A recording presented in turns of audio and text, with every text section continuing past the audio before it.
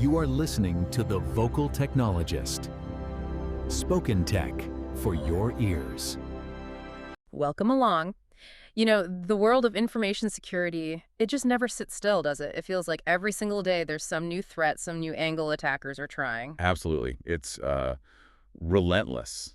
But then again, so are the defenses being built. Exactly. So today we want to kind of cut through some of that noise. We'll look at the latest intel, the stuff you really need to know about right now. Yeah. Our goal for you is to get past just the headlines. We want to explore the techniques, the vulnerabilities, and, well, the clever ways people are fighting back. Give you a real sense of what's actually happening. Okay, let's dive in. Some big breaches have hit the news recently. First up, India's CoinDCX crypto exchange. We're talking $44.2 million stolen. That's a big number. It is. But what's really striking there, I think, is whose money it was. Customer funds. Totally safe. Right. They went after an internal operational account, the kind used for, like, liquidity. Precisely. And then they quickly laundered it, converting it into Ethereum and Solana. It shows a shift, doesn't it? Targeting the operational plumbing, not just the customer vaults. Yeah, it makes you rethink where the real risks lie. And that ties into other data breaches too, right? Like the alcohol and drug testing service one. Oh, definitely. That one affected 750,000 people. And it wasn't just names and addresses. No, it was the really sensitive stuff. Social security numbers, driver's licenses. Financial data, even biometric information. That's fingerprints, potentially facial scans. The Banyan ransomware group claimed that one. Wow, and then there was Dior too, although slightly different customer names and addresses in the US, but thankfully no payment details leaked there. Still worrying, though. The pattern is clear. The kind of data being targeted, its sensitivity, it just keeps increasing. It really does. Okay, so speaking of urgent issues, Microsoft had to rush out an emergency patch. This was for a SharePoint server vulnerability, CVE 2025-5377. It's being actively exploited now. Actively exploited, yes. Targeting U.S. federal agencies, universities, energy companies. Pretty critical infrastructure. So what makes it so bad?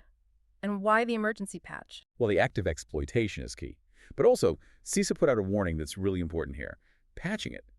Necessary, obviously, but not sufficient. Not enough. What else is needed? You also have to rotate your ASP.NET machine keys. Think of them as like internal passwords that different parts of the system use to trust each other.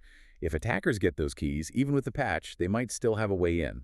Rotation is just as vital. Okay, so it's a two-step process. Patch and rotate. Got it. Exactly. And this reminds me a bit of another critical one, CVE 2025-37103 in HPE Instant on Access Points.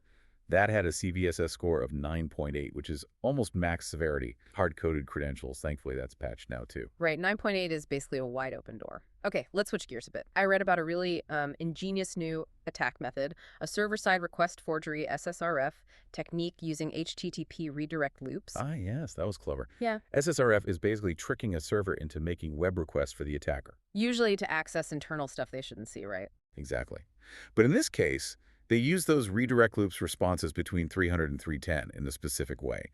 It forced the server to basically spill its entire request history. The whole chain. And what did they get from that? Cloud credentials. Sensitive login details for cloud services. It's a fascinating novel way to bypass typical SSRF defenses. Which really underscores the need for, well, better testing, doesn't it? How do you even defend against something you haven't seen before? Well, that's where proactive testing of your detection rules comes in. Finding bugs in your rules before an attacker exploits them. Makes sense. Starting with simpler things like unit testing, linting, then moving to integration testing, you get a lot of bang for your buck without needing super complex setups. It builds resilience. Good to know the defense side is innovating too. That's new and exciting there. Google's OSS rebuild project is pretty huge, actually. They're automatically rebuilding thousands of popular open source packages, Python, JavaScript, Rust. Rebuilding them? Why? To check if the compiled package actually matches the published source code. It generates what's called SLSA Build Level 3 provenance. Think of it like a verifiable birth certificate for the software. Okay, so what does that catch? Supply chain attacks. Yeah. Like if someone sneaked malicious code into the build process after the source code was reviewed or added a backdoor, this system can spot that automatically without the original maintainer needing to do anything extra. It's a massive step for trusting software.